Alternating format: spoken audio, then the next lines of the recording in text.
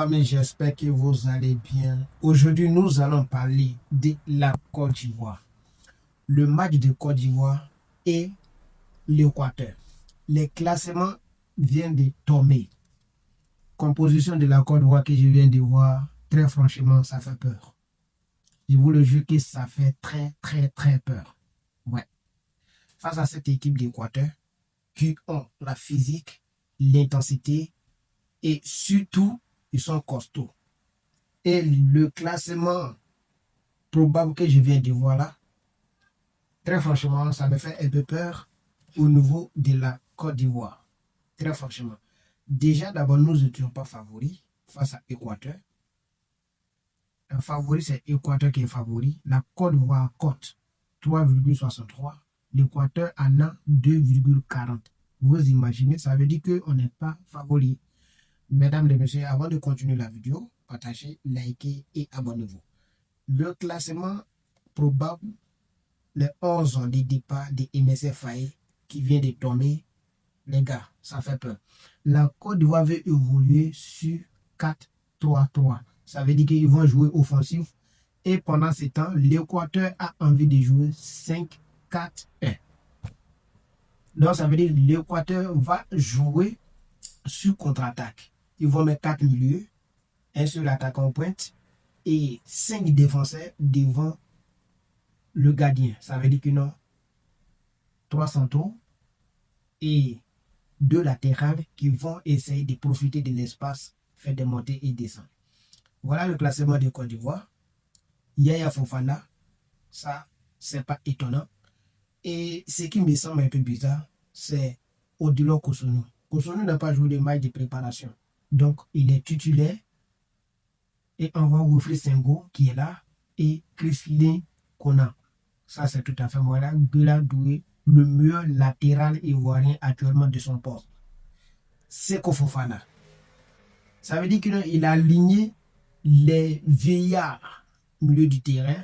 Aujourd'hui, il a mis Seko Fofana, les gars, en position 6. Et puis, il a mis Ibrahima Sangaré, défenseur milieu central. Donc, Franck Kessié qui va occuper au côté milieu du côté gauche et Seko Fofana au côté droite. On voit Ibrahima Sangaré au central, milieu central. Et au niveau de l'attaque, ailier droite, on voit Amad Diallo. Ça, c'est tout à fait normal. Amad Diallo, c'est un joueur qui est très capable de profiter bien de l'espace. Et il a la capacité, il a la vitesse technique. Et on voit Evan Guessant. Evan Guessant qui n'a même pas joué match amical aussi, on le voit. Parce qu'il a été double champion cette année, Europa League et Conférence League avec Aston Villa et Newcastle. Donc, lui, dans Aston Villa avec Crystal Palace, pardon. Donc, on le voit, lui, titulaire. À la place de qui? Et Boni, Ange Boni, il est où? Eli Waye, il est où? Je ne comprends pas. On voit Yann Diamandé, ça va. Le défaut de ces classements, c'est Kosonou, Seko Fofana qui n'a rien foutu de match passé contre la France. C'était vraiment du tout. Et ainsi, Franck Kessié, qui était aussi touillé, et Evan Guessant. Donc, ça veut dire que dans les 4 joueurs là, j'aimerais bien Ousmane Diomandé à la place de Kosono et Franck Kessié qui devrait être sur le banc, au moins un parfait comme ça, comme dans Guignon ou bien Inao qui est à la place de Seko Fofana. Donc, on voit au moins Boni, Ange Boni comme ça à la place d'Evan Guessant ou soit Eli Waye. Tout à fait normal. Et au niveau des Équateurs, le match amical d'Équateur, il y a des joueurs qui n'ont même pas joué. Donc actuellement ils sont sur la liste. Ça fait peur. Ça fait très peur. Valencia, le joueur le plus capé de cette sélection, on a vu lors de la Coupe du Monde 2022 au Qatar, Valencia qui a permis l'Équateur gagner face à le Sénégal. Tout le monde a vu. On a Yeboah qui va occuper le arrière-flanc gauche et on voit Plata qui va occuper flanc droite. Et on voit Stupina. Stupinant, c'est un des latéral gauche qui est très très percutant. Il est fort techniquement, physiquement. Et surtout quand il prend la balle, là, la montée des Stupinants peut vraiment causer énorme de dégâts au niveau de la Côte d'Ivoire, surtout la défense. Parce que c'est un joueur très très très technique. Voilà, il monte, il descend, il a de la justesse, il a de la vitesse, il a de la capacité. Et on voit au milieu, charnière centrale, on voit trois joueurs. William Pacho, le champion en titre avec le Paris Saint-Germain.